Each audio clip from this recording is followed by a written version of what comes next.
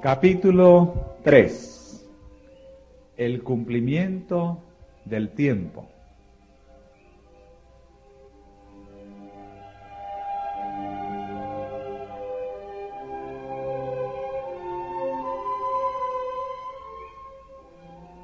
Mas venido el cumplimiento del tiempo, Dios envió a su Hijo, para que redimiese a los que estaban debajo de la ley, a fin de que recibiésemos la adopción de hijos. La venida del Salvador había sido predicha en el Edén. Cuando Adán y Eva oyeron por primera vez la promesa, esperaban que se cumpliese pronto. Dieron gozosamente la bienvenida a su primogénito, esperando que fuese el libertador. Pero el cumplimiento de la promesa tardó. Los que la recibieron primero murieron sin verlo. Desde los días de Enoc, la promesa fue repetida por medio de los patriarcas y los profetas, manteniendo viva la esperanza de su aparición. Y sin embargo, no había venido. La profecía de Daniel revelaba el tiempo de su advenimiento, pero no todos interpretaban correctamente el mensaje. Transcurrió un siglo tras otro, y las voces de los profetas cesaron. La mano del opresor pesaba sobre Israel, y muchos estaban listos para exclamar: se han prolongado los días, y fracasa toda visión.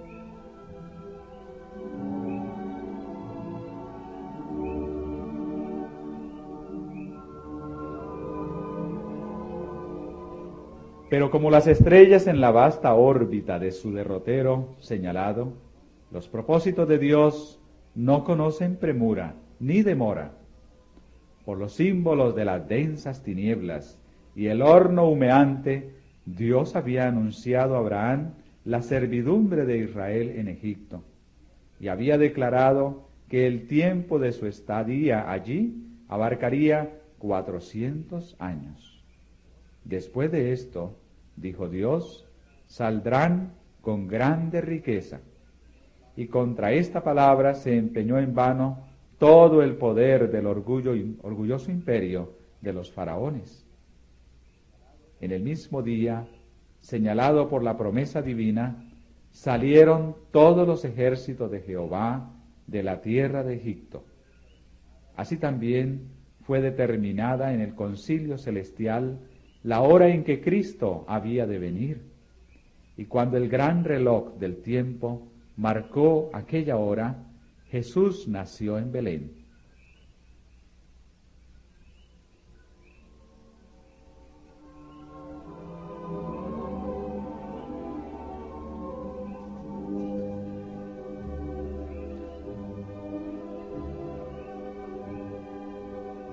Mas venido el cumplimiento del tiempo, Dios envió a su Hijo. La providencia había dirigido los movimientos de las naciones, así como el flujo y reflujo de impulsos e influencias de origen humano, a tal punto que el mundo estaba maduro para la llegada del libertador. Las naciones estaban unidas bajo un mismo gobierno. Un idioma se hablaba extensamente y era reconocido por doquiera como la lengua literaria. De todos los países, los judíos dispersos acudían a Jerusalén para asistir a las fiestas anuales, y al volver a donde residían, podían difundir por el mundo las nuevas de la llegada del Mesías.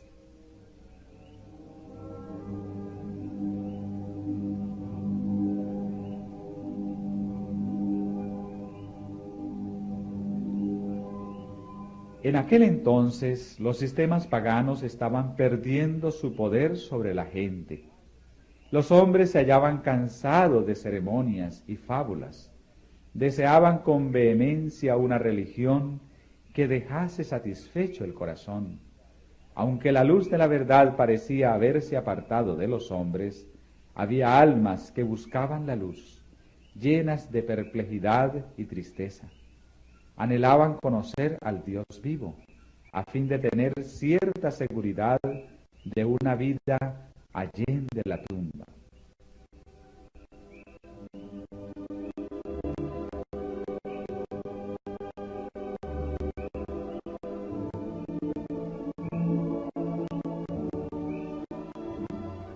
Al apartarse los judíos de Dios, la fe se había empañado y la esperanza casi había dejado de iluminar lo futuro. Las palabras de los profetas no eran comprendidas.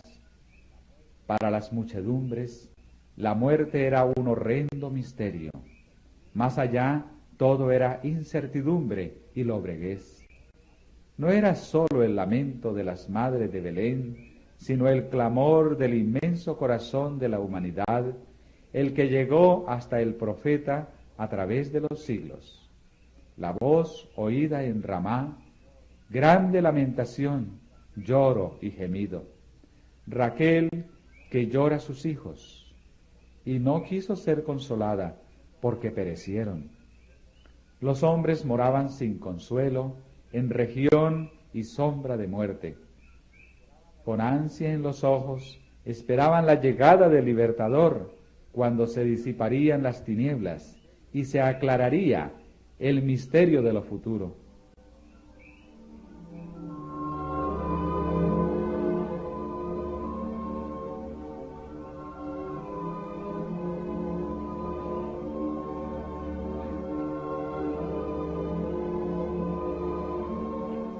Hubo fuera de la nación judía hombres que predijeron el aparecimiento de un instructor divino.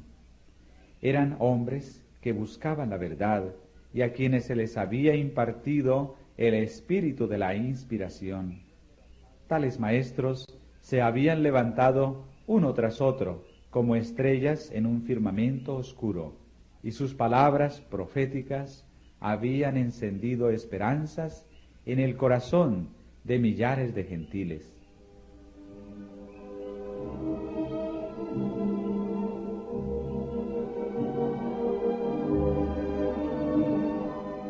Desde hacía varios siglos, las escrituras estaban traducidas al griego, idioma extensamente difundido por todo el Imperio Romano. Los judíos se hallaban dispersos en todas partes, y su espera del Mesías era compartida hasta cierto punto por los gentiles. Entre aquellos a quienes los judíos llamaban gentiles, había hombres que entendían mejor que los maestros de Israel las profecías bíblicas concernientes a la venida del Mesías. Algunos le esperaban como libertador del pecado. Los filósofos se esforzaban por estudiar el misterio de la economía hebraica, pero el fanatismo de los judíos estorbaba la difusión de la luz. Resueltos a mantenerse separados de las otras naciones, no estaban dispuestos a impartirles el conocimiento que aún poseían acerca de los servicios simbólicos. Debía venir el verdadero intérprete, aquel que fuera prefigurado por todos los símbolos, debía explicar su significado. Dios había hablado al mundo por medio de la naturaleza, las figuras, los símbolos, los patriarcas y los profetas. Las lecciones debían ser dadas a la humanidad en su propio lenguaje. El mensajero del pacto debía hablar. Su voz debía oírse en su propio templo. Cristo debía venir para pronunciar palabras que pudiesen comprenderse clara y distintamente. Él, el autor de la verdad, debía separar la verdad del tamo de las declaraciones humanas que habían anulado su efecto. Los principios del gobierno de Dios y el plan de redención debían ser definidos claramente.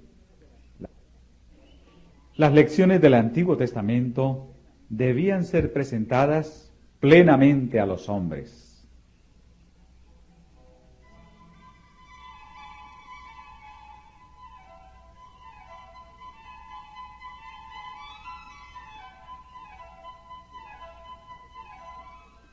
Quedaban, sin embargo, entre los judíos almas firmes, descendientes de aquel santo linaje por cuyo medio se había conservado el conocimiento de Dios. confiaban aún en la esperanza de la promesa hecha a los padres. Fortalecían su fe espaciándose en la seguridad dada por Moisés. El Señor vuestro Dios os levantará profeta de vuestros hermanos, como yo. A él oiréis en todas las cosas que os hablare. Además, leían que el Señor iba a ungir a uno para predicar buenas nuevas a los abatidos, vendar a los quebrantados de corazón, publicar libertad a los cautivos y promulgar año de la buena voluntad de Jehová. Leían que pondría en la tierra juicio y las islas esperarían su ley, como asimismo andarían las gentes a su luz y los reyes al resplandor de su nacimiento.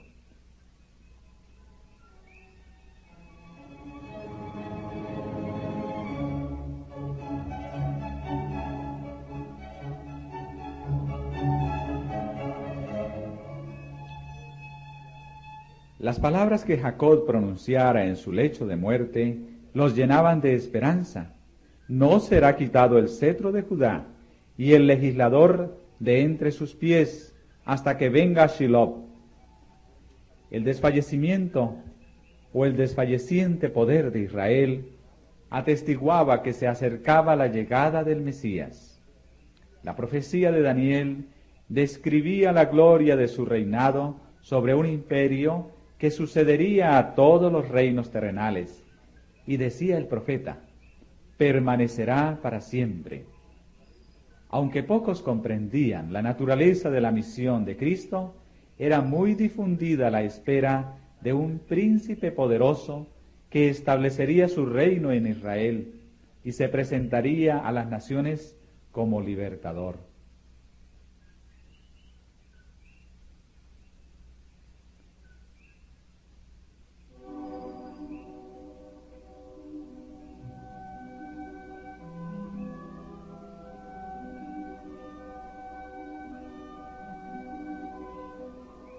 El cumplimiento del tiempo había llegado.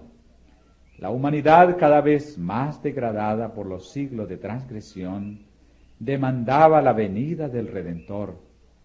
Satanás había estado obrando para ahondar y hacer insalvable el abismo entre el cielo y la tierra.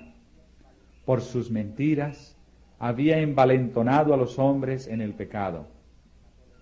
Se proponía agotar la tolerancia de Dios y extinguir su amor por el hombre, a fin de que abandonase al mundo a la jurisdicción satánica.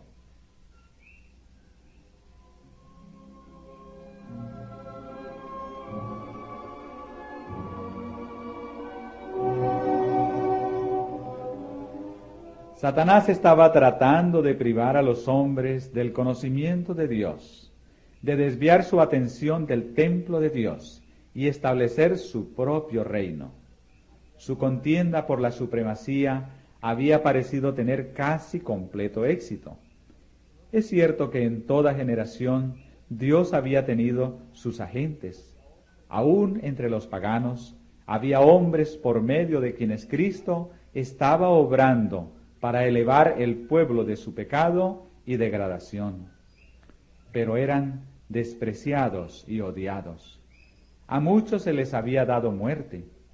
La oscura sombra que Satanás había echado sobre el mundo se volvía cada vez más densa.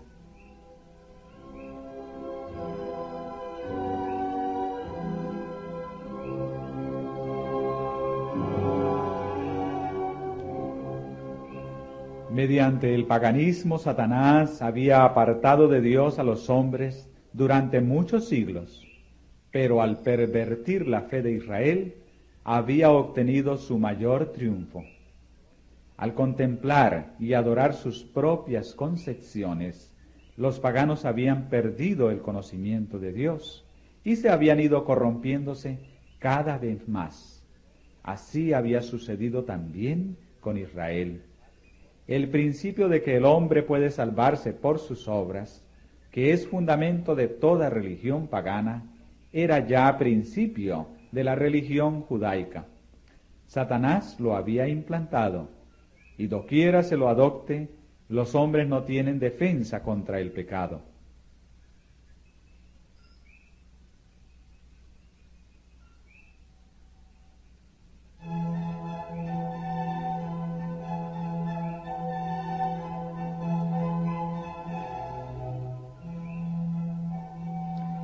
El mensaje de la salvación es comunicado a los hombres por medio de agentes humanos. Pero los judíos habían tratado de monopolizar la verdad que es vida eterna. Habían atesorado el maná viviente que se había trocado en corrupción. La religión que habían tratado de guardar para sí llegó a ser un escándalo. Privaban a Dios de su gloria y defraudaban al mundo por una falsificación del Evangelio. Se habían negado a entregarse a Dios para la salvación del mundo y llegaron a ser agentes de Satanás para su destrucción.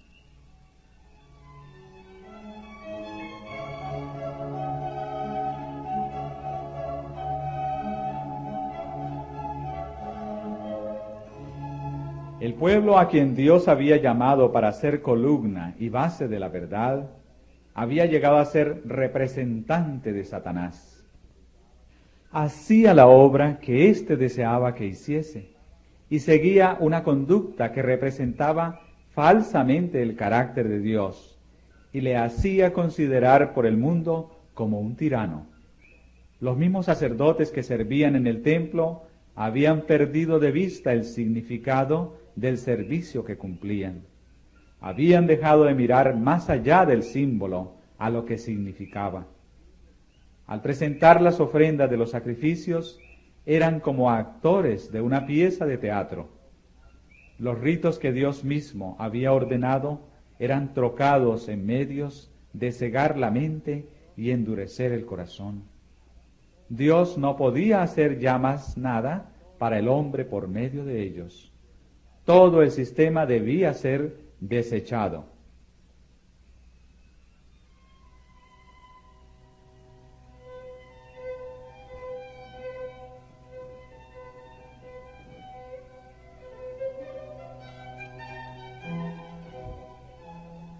El engaño del pecado había llegado a su culminación. Habían sido puestos en operación todos los medios de depravar las almas de los hombres. El Hijo de Dios, mirando al mundo, contemplaba sufrimiento y miseria. Veía con compasión cómo los hombres habían llegado a ser víctimas de la crueldad satánica. Miraba con piedad a aquellos a quienes se estaba corrompiendo, matando y perdiendo. Habían elegido a un gobernante que los encadenaba como cautivos a su carro. Aturdidos y engañados, avanzaban en lóbrega procesión hacia la ruina eterna, hacia la muerte en la cual no hay esperanza de vida, hacia la noche que no ha de tener mañana. Los agentes satánicos estaban incorporados con los hombres. Los cuerpos de los seres humanos, hechos para ser moradas de Dios, habían llegado a ser habitación de demonios. Los sentidos, los nervios, las pasiones, los órganos de los hombres eran movidos por agentes sobrenaturales en la complacencia de la concupiscencia más vil. La misma estampa de los demonios estaba grabada en los rostros de los hombres, que reflejaban la expresión de las legiones del mal que los poseían. Fue lo que contempló el Redentor del mundo. ¡Qué espectáculo para la pureza infinita! El pecado había llegado a ser una ciencia y el vicio era consagrado como parte de la religión. La rebelión había hundido sus raíces en el corazón y la hostilidad del hombre era muy violenta contra el cielo. Se había demostrado ante el universo que separada de Dios, la humanidad no puede ser elevada. Un nuevo elemento de vida y poder tiene que ser impartido por aquel que hizo el mundo.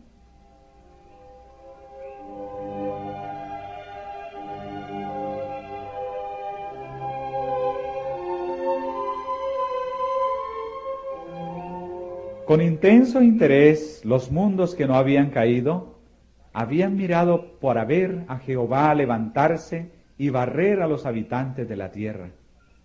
Y si Dios hubiese hecho esto, Satanás estaba listo para llevar a cabo su plan de asegurarse la obediencia de los seres celestiales. Él había declarado que los principios del gobierno divino hacen imposible el perdón. Si el mundo hubiera sido destruido, habría sostenido que sus acusaciones eran ciertas. Estaba listo para echar la culpa sobre Dios y extender su rebelión a los mundos superiores. Pero en vez de destruir al mundo, Dios envió a su Hijo para salvarlo. Aunque en todo rincón de la provincia enajenada se notaba corrupción y desafío, se proveyó un modo de rescatarla. En el mismo momento de la crisis, cuando Satanás parecía estar a punto de triunfar, el Hijo de Dios vino como embajador de la gracia divina.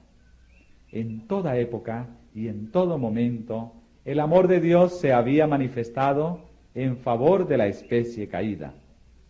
A pesar de la perversidad de los hombres, hubo siempre indicios de misericordia.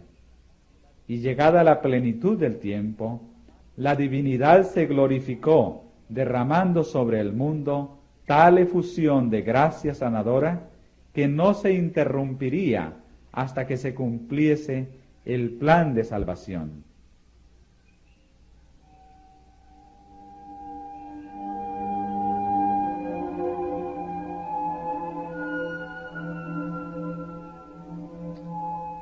Satanás se estaba regocijando de que había logrado degradar la imagen de Dios en la humanidad. Entonces vino Jesús a restaurar en el hombre la imagen de su Hacedor. Nadie, excepto Cristo, puede amoldar de nuevo el carácter que ha sido arruinado por el pecado. Él vino para expulsar a los demonios que habían dominado la voluntad. Vino para levantarnos del polvo, para rehacer, según el modelo divino, el carácter que había sido mancillado, para hermosearlo con su propia gloria.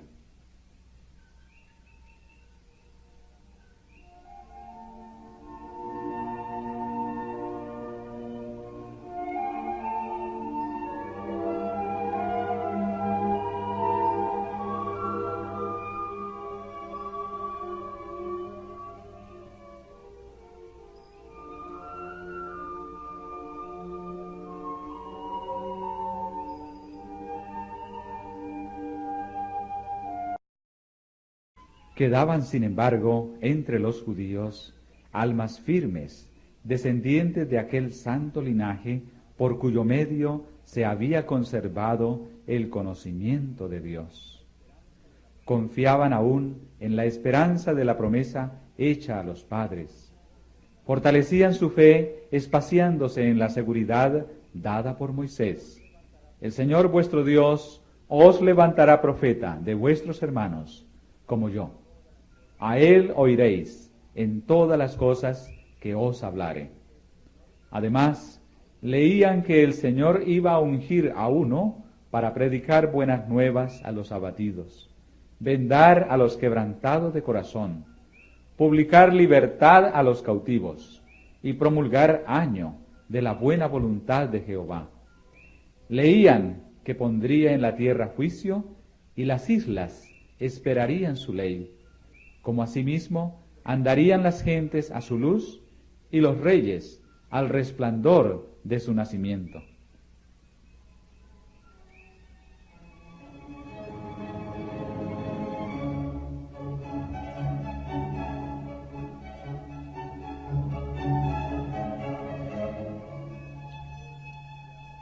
Las palabras que Jacob pronunciara en su lecho de muerte los llenaban de esperanza. No será quitado el cetro de Judá y el legislador de entre sus pies hasta que venga Shiloh.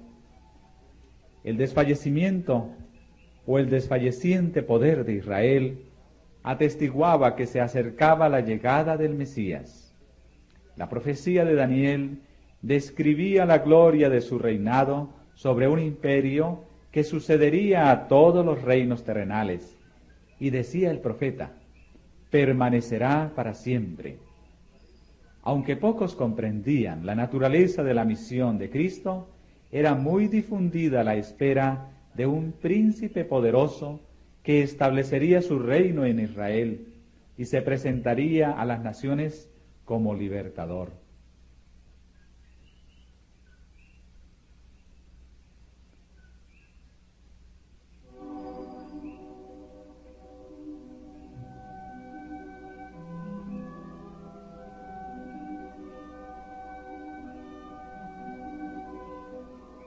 El cumplimiento del tiempo había llegado.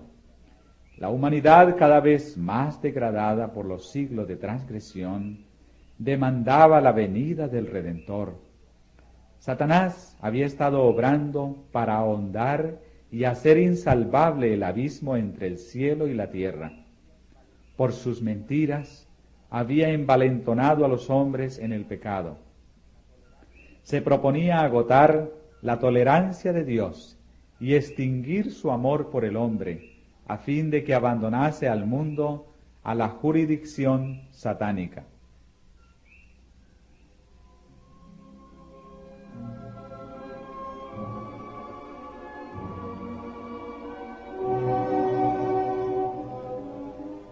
Satanás estaba tratando de privar a los hombres del conocimiento de Dios, de desviar su atención del templo de Dios y establecer su propio reino.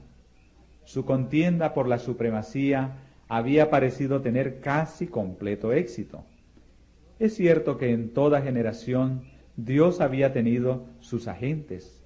Aún entre los paganos había hombres por medio de quienes Cristo estaba obrando para elevar el pueblo de su pecado y degradación. Pero eran despreciados y odiados. A muchos se les había dado muerte. La oscura sombra que Satanás había echado sobre el mundo se volvía cada vez más densa.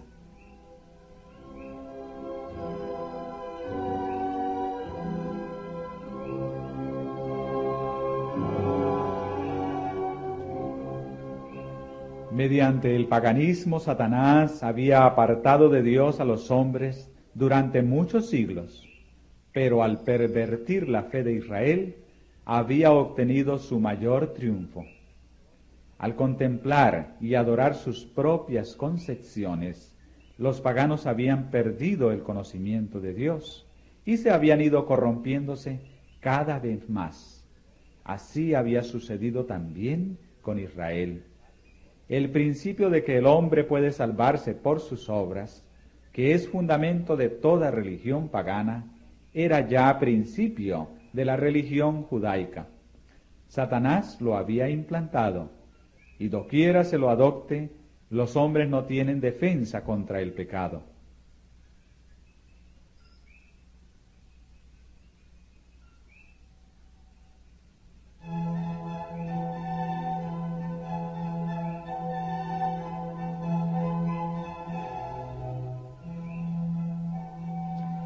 El mensaje de la salvación es comunicado a los hombres por medio de agentes humanos, pero los judíos habían tratado de monopolizar la verdad que es vida eterna.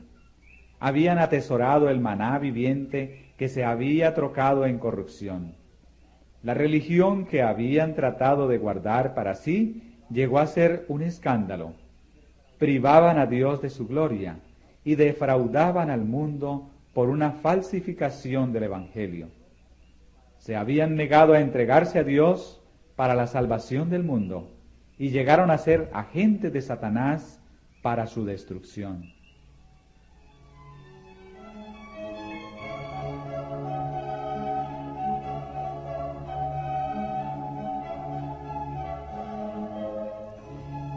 El pueblo a quien Dios había llamado para ser columna y base de la verdad, había llegado a ser representante de Satanás. Hacía la obra que éste deseaba que hiciese y seguía una conducta que representaba falsamente el carácter de Dios y le hacía considerar por el mundo como un tirano. Los mismos sacerdotes que servían en el templo habían perdido de vista el significado del servicio que cumplían. Habían dejado de mirar más allá del símbolo a lo que significaba.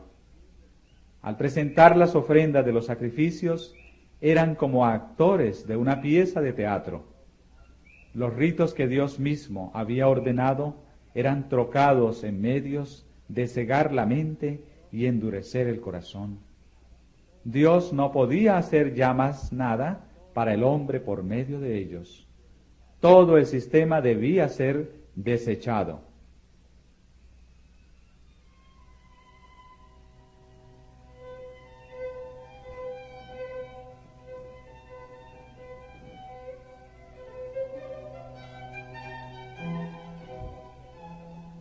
El engaño del pecado había llegado a su culminación.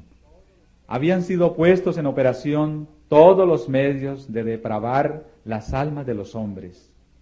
El Hijo de Dios, mirando al mundo, contemplaba sufrimiento y miseria. Veía con compasión cómo los hombres habían llegado a ser víctimas de la crueldad satánica. Miraba con piedad a aquellos a quienes se estaba corrompiendo, matando y perdiendo. Habían elegido a un gobernante que los encadenaba como cautivos a su carro. Aturdidos y engañados, avanzaban en lóbrega procesión hacia la ruina eterna, hacia la muerte en la cual no hay esperanza de vida, hacia la noche que no ha de tener mañana. Los agentes satánicos estaban incorporados con los hombres. Los cuerpos de los seres humanos, hechos para ser moradas de Dios, habían llegado a ser habitación de demonios. Los sentidos, los nervios, las pasiones, los órganos de los hombres eran movidos por agentes sobrenaturales en la complacencia de la concupiscencia más vil. La misma estampa de los demonios estaba grabada en los rostros de los hombres, que reflejaban la expresión de las legiones del mal que los poseían. Fue lo que contempló el Redentor del mundo. ¡Qué espectáculo para la pureza infinita! El pecado había llegado a ser una ciencia y el vicio era consagrado como parte de la religión. La rebelión había hundido sus raíces en el corazón y la hostilidad del hombre era muy violenta contra el cielo. Se había demostrado ante el universo que separada de Dios, la humanidad no puede ser elevada. Un nuevo elemento de vida y poder tiene que ser impartido por aquel que hizo el mundo.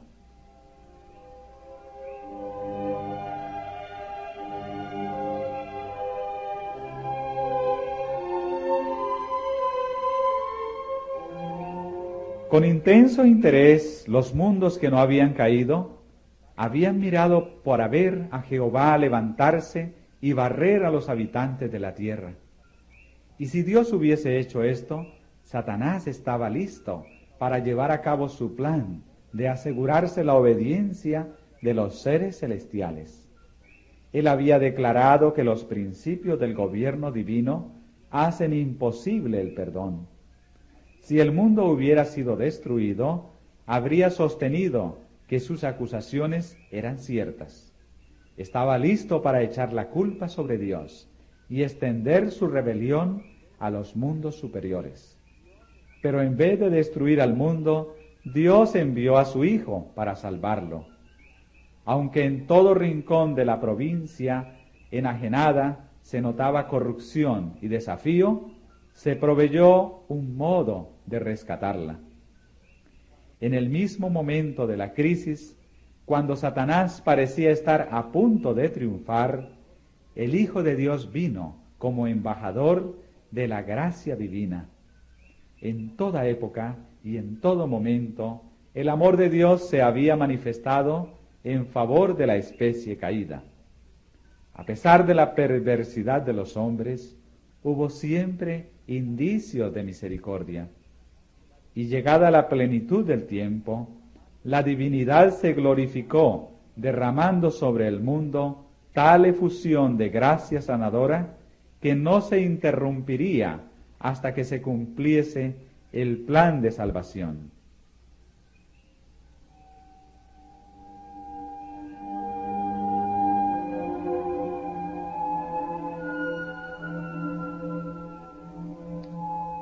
Satanás se estaba regocijando de que había logrado degradar la imagen de Dios en la humanidad. Entonces vino Jesús a restaurar en el hombre la imagen de su Hacedor. Nadie, excepto Cristo, puede amoldar de nuevo el carácter que ha sido arruinado por el pecado. Él vino para expulsar a los demonios que habían dominado la voluntad. Vino para levantarnos del polvo, para rehacer, según el modelo divino, el carácter que había sido mancillado, para hermosearlo con su propia gloria.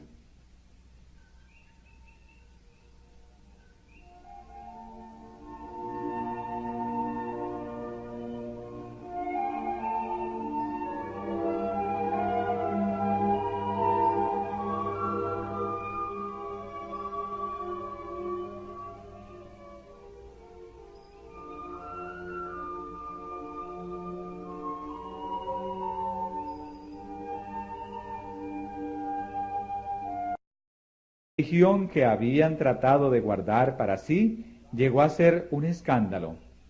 Privaban a Dios de su gloria y defraudaban al mundo por una falsificación del Evangelio. Se habían negado a entregarse a Dios para la salvación del mundo y llegaron a ser agentes de Satanás para su destrucción.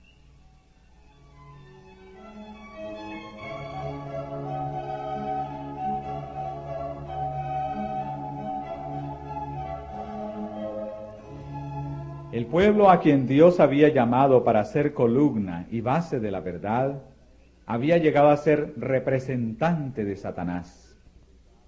Hacía la obra que éste deseaba que hiciese y seguía una conducta que representaba falsamente el carácter de Dios y le hacía considerar por el mundo como un tirano.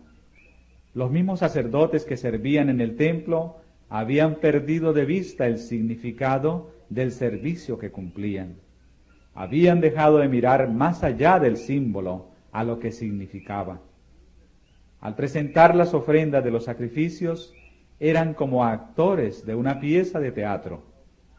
Los ritos que Dios mismo había ordenado eran trocados en medios de cegar la mente y endurecer el corazón. Dios no podía hacer ya más nada para el hombre por medio de ellos. Todo el sistema debía ser desechado.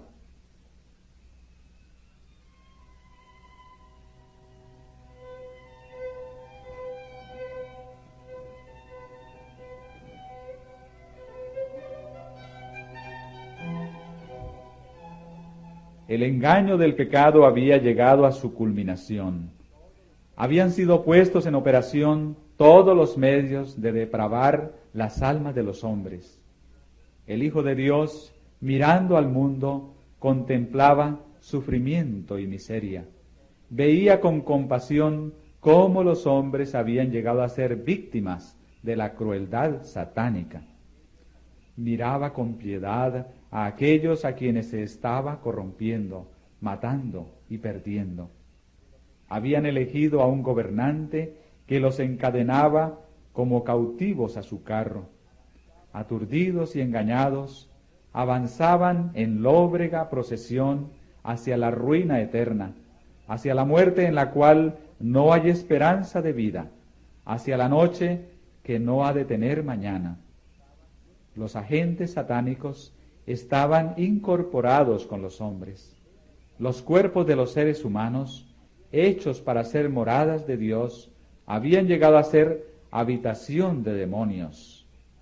Los sentidos, los nervios, las pasiones, los órganos de los hombres eran movidos por agentes sobrenaturales en la complacencia de la concupiscencia más vil. La misma estampa de los demonios estaba grabada en los rostros de los hombres, que reflejaban la expresión de las legiones del mal que los poseían. Fue lo que contempló el Redentor del mundo.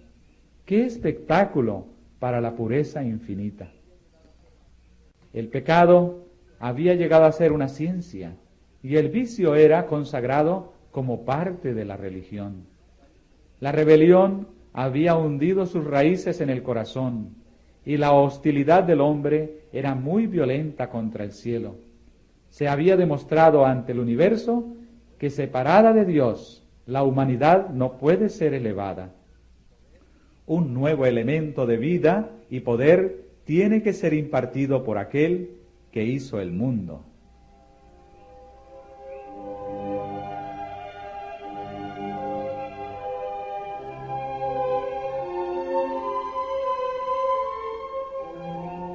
Con intenso interés, los mundos que no habían caído habían mirado para ver a Jehová levantarse y barrer a los habitantes de la tierra. Y si Dios hubiese hecho esto, Satanás estaba listo para llevar a cabo su plan de asegurarse la obediencia de los seres celestiales. Él había declarado que los principios del gobierno divino hacen imposible el perdón. Si el mundo hubiera sido destruido, habría sostenido que sus acusaciones eran ciertas. Estaba listo para echar la culpa sobre Dios y extender su rebelión a los mundos superiores. Pero en vez de destruir al mundo, Dios envió a su Hijo para salvarlo. Aunque en todo rincón de la provincia enajenada se notaba corrupción y desafío, se proveyó un modo de rescatarla. En el mismo momento de la crisis, cuando Satanás parecía estar a punto de triunfar, el Hijo de Dios vino como embajador de la gracia divina. En toda época y en todo momento, el amor de Dios se había manifestado en favor de la especie caída. A pesar de la perversidad de los hombres, hubo siempre indicios de misericordia. Y llegada la plenitud del tiempo, la divinidad se glorificó, derramando sobre el mundo tal efusión de gracia sanadora que no se interrumpiría hasta que se cumpliese el plan de salvación.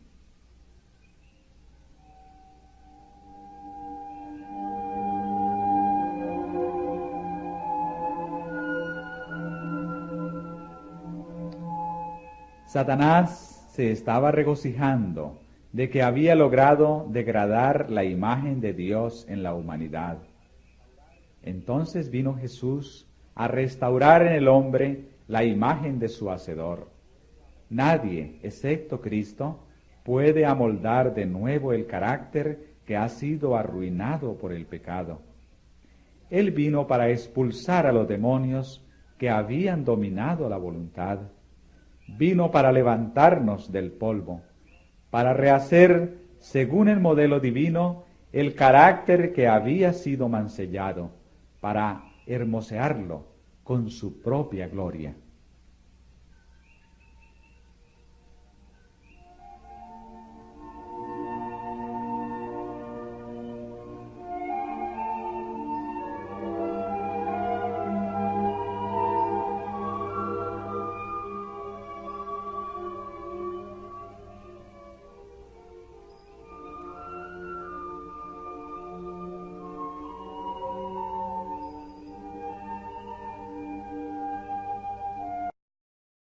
De los demonios estaba grabada en los rostros de los hombres, que reflejaban la expresión de las legiones del mal que los poseían. Fue lo que contempló el Redentor del mundo. ¡Qué espectáculo para la pureza infinita! El pecado había llegado a ser una ciencia y el vicio era consagrado como parte de la religión. La rebelión había hundido sus raíces en el corazón y la hostilidad del hombre era muy violenta contra el cielo. Se había demostrado ante el universo que separada de Dios, la humanidad no puede ser elevada. Un nuevo elemento de vida y poder tiene que ser impartido por aquel que hizo el mundo.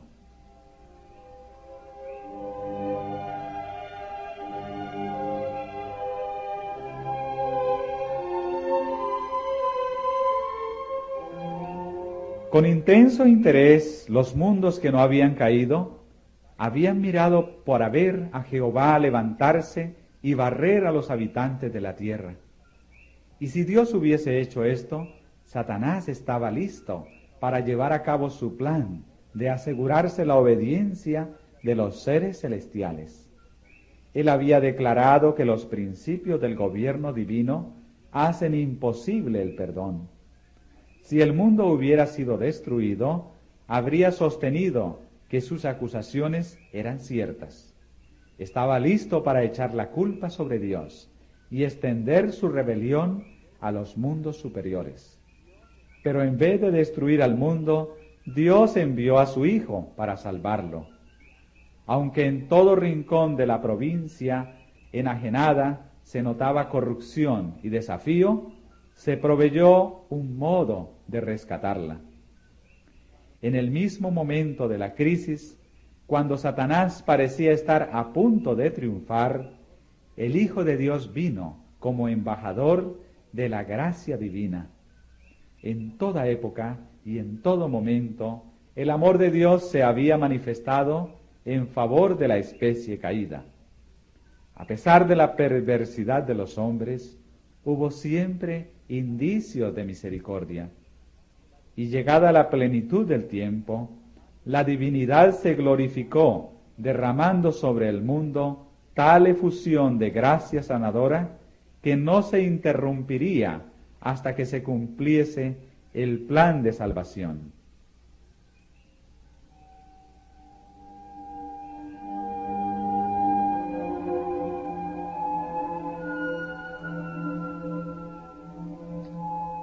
Satanás se estaba regocijando de que había logrado degradar la imagen de Dios en la humanidad. Entonces vino Jesús a restaurar en el hombre la imagen de su Hacedor. Nadie, excepto Cristo, puede amoldar de nuevo el carácter que ha sido arruinado por el pecado. Él vino para expulsar a los demonios que habían dominado la voluntad. Vino para levantarnos del polvo, para rehacer, según el modelo divino, el carácter que había sido mancillado, para hermosearlo con su propia gloria.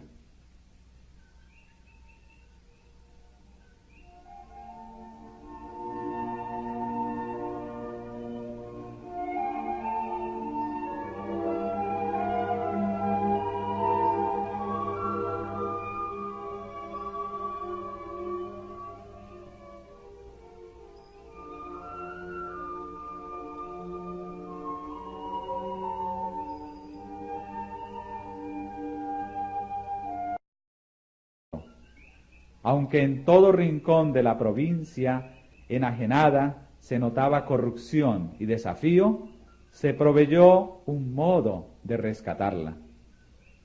En el mismo momento de la crisis, cuando Satanás parecía estar a punto de triunfar, el Hijo de Dios vino como embajador de la gracia divina.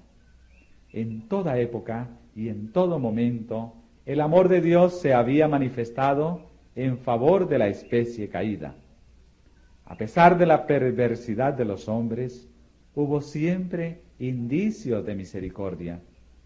Y llegada la plenitud del tiempo, la divinidad se glorificó, derramando sobre el mundo tal efusión de gracia sanadora que no se interrumpiría hasta que se cumpliese el plan de salvación.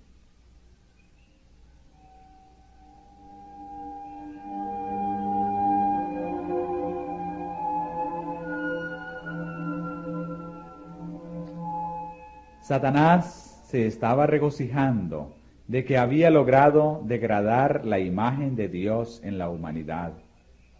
Entonces vino Jesús a restaurar en el hombre la imagen de su Hacedor.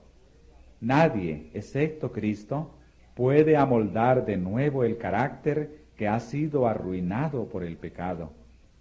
Él vino para expulsar a los demonios que habían dominado la voluntad.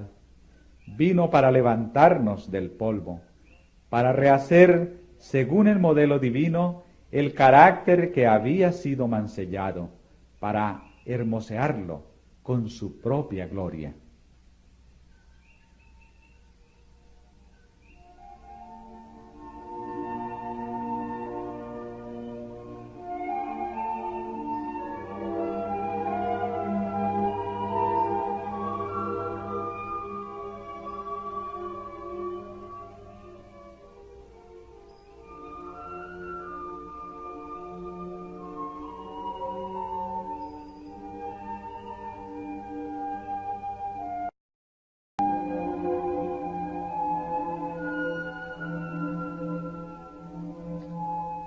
Satanás se estaba regocijando de que había logrado degradar la imagen de Dios en la humanidad. Entonces vino Jesús a restaurar en el hombre la imagen de su Hacedor. Nadie, excepto Cristo, puede amoldar de nuevo el carácter que ha sido arruinado por el pecado. Él vino para expulsar a los demonios que habían dominado la voluntad. Vino para levantarnos del polvo, para rehacer, según el modelo divino, el carácter que había sido mancillado, para hermosearlo con su propia gloria.